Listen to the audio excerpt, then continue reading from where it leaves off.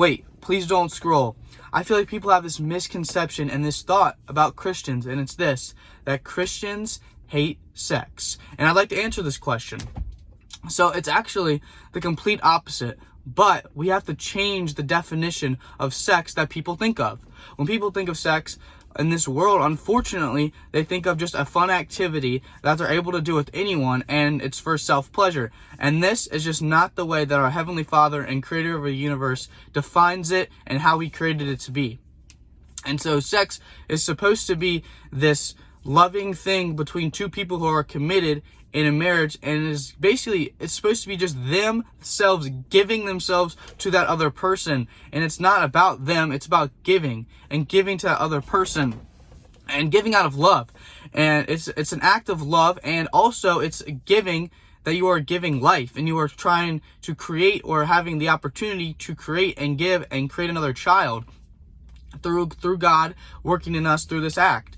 And that's why I think people say, well, Christians hate sex because they don't let people do it. It's the complete opposite. Christians love sex in a unique way that God created it to be. In that way that we're supposed to hold it special and save it for that one person, because we value it and love it so highly. Have this supreme thought about the act of sex, and that it is so important that we save it for that one person in marriage once we are committed in that marriage for life. And it's not supposed to be something that is just a free act among people, that is just an activity that is, for fun or for self-pleasure. And that's why I think, the whole world is being taught this through different ways.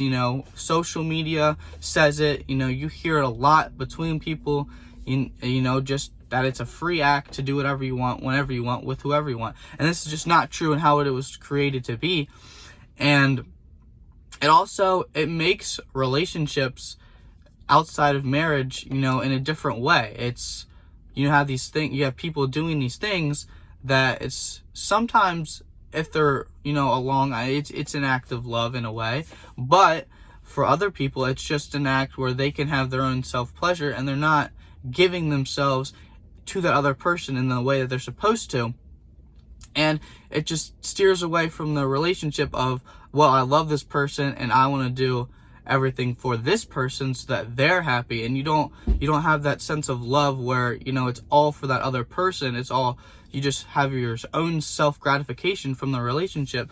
And this is what, I'm not saying all Christian relationships are perfect, but some Christian relationships, if they do this the right way, and they're able to save themselves till marriage like you're supposed to, and also just not have the thoughts of doing it, but have those acts of love and have that love for that other person, where they're just fully in, trying to make that person happy in a spiritual, mental, and emotional way.